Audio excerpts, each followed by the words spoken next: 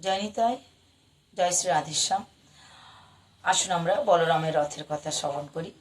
বলরামের রথের নাম হচ্ছে তালধ্বজ। কেন তালধ্বজ নাম হয়েছে?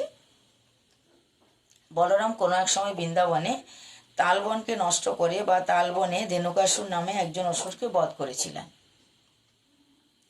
সেই থেকে ভগবানকে প্রসন্ন করার জন্য বা ভগবানের ভক্তদেরকেও প্রসন্ন করার জন্য যে লীলাটা বলভদ্র করেছিলেন, সেই কারণে সবাই খুব খুশি হয়েছিল। সেই চিহ্নটাকে ধারণ করে বলরামের রথের উপরে তাল গাছের একটা চিহ্ন থাকে, তাই তার রথের নাম তালধ্বজ দেওয়া হয়।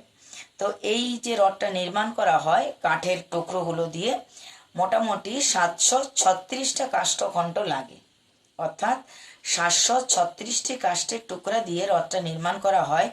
রথের উচ্চতা হচ্ছে 22 হাত বা 44 ফুট। এই রথের 14টি চাকা। এই 14টি চাকা আছে, যা চতুর্দশ ভুবনের প্রতীক। তো প্রত্যেকটা চাকার আবার 14টি অক্ষ আছে। এই রথের সারথি হচ্ছে সুধর্ম বা ধারক।